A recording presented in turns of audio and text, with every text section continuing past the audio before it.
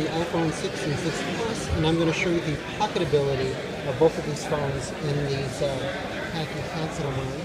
It'll be fairly slim fit. First, the iPhone 6. Fits in there really nicely.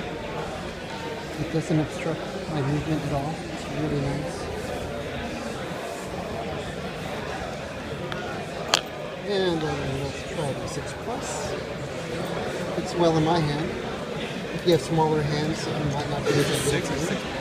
But again, let's put it in my pocket. And again, 6 Plus. See here, fits all the way down. I have good movement. Even with my leg in that position, you can see the outline, but it doesn't put any downward pressure on the phone that could cause this to bend. And this is below my hip joint too, so there's no way this is going to magically bend in your pocket during normal use. And there's reports of people bending them or isolated. It's just a few people that have been putting them in their back pockets. This whole iPhone bending thing has been completely out of proportion.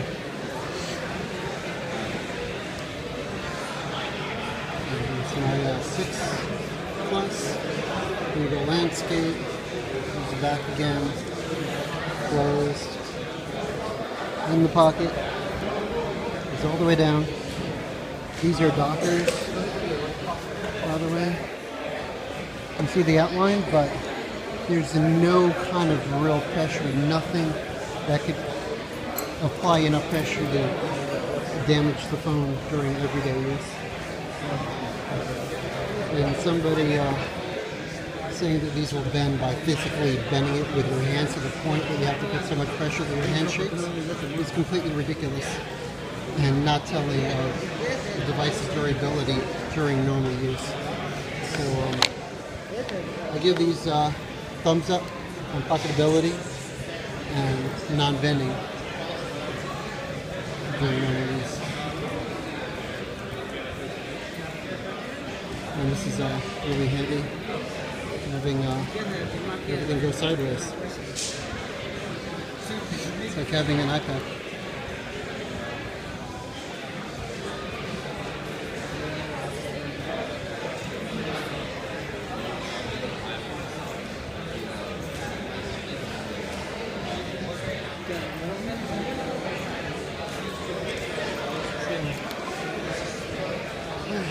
Closing thoughts regarding iPhone 6 Plus and 6 bending. It's been tremendously blown out of proportion on internet and social media and videos. People are exaggerating the claims of bends greatly, and out of over 11 million iPhones sold to date, the reality is only a handful of people actually came forward with an iPhone bent claim, and the bends are so insignificant you only really notice it when you put the iPhone on the table and then notice that it shook a little bit.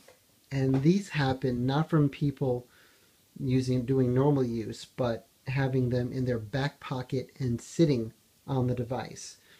A longer device, like a 5-inch device, this happens to be a 5-inch Garmin, the longer the device, it's easier to get leverage with less force to create damage. And if you put these things in your rear pocket, which you shouldn't be putting any phone in your rear pocket, you will be more susceptible to creating damage, especially if it's a bare device and not protected in a sturdy case.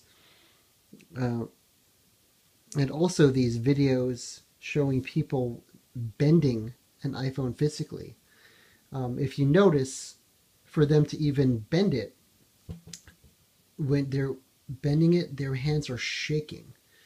A person's hand shaking while trying to bend it means that they're putting in so much force. They're going to their absolute limit in strength to cause their hand to shake because of the force they're trying to exert into the device to bend it.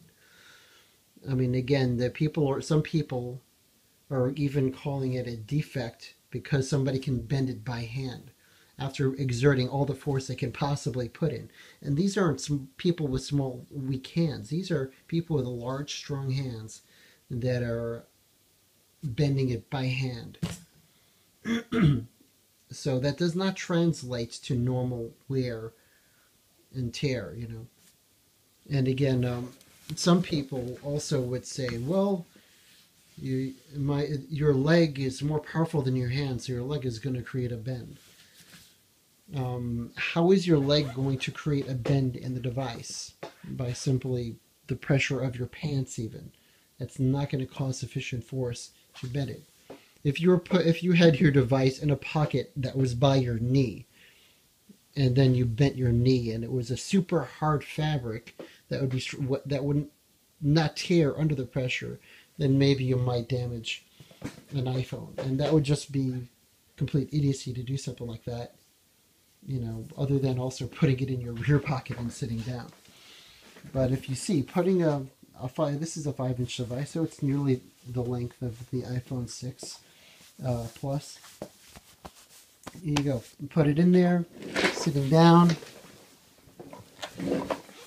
Even though you can see the impression of the device, I mean, there's no real pressure coming down on it.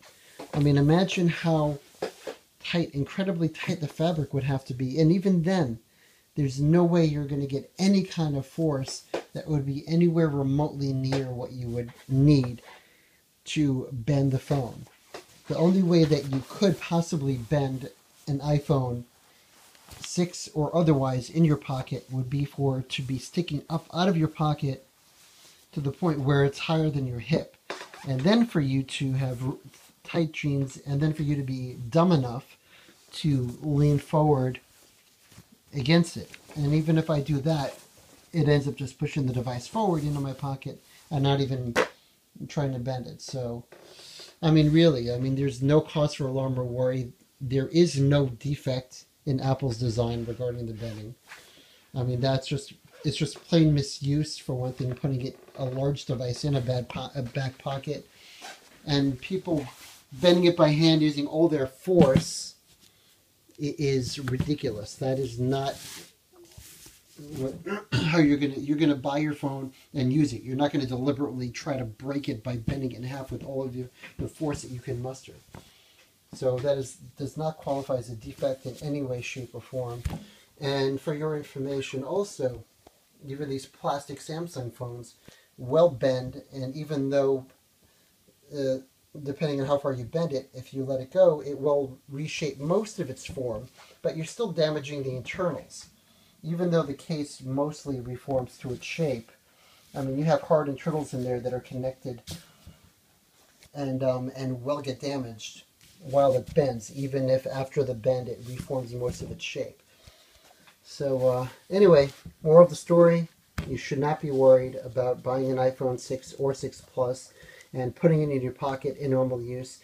You should have enough sense not to put it in your rear pocket or put it in your front pocket, let's say, and lean up against like a table, like that, putting pressure against it, because that will also, you know, damage any device. You know, so it's just a matter of what I would consider common sense, but unfortunately, common sense is not always too common. So that's about it. And thank you for watching.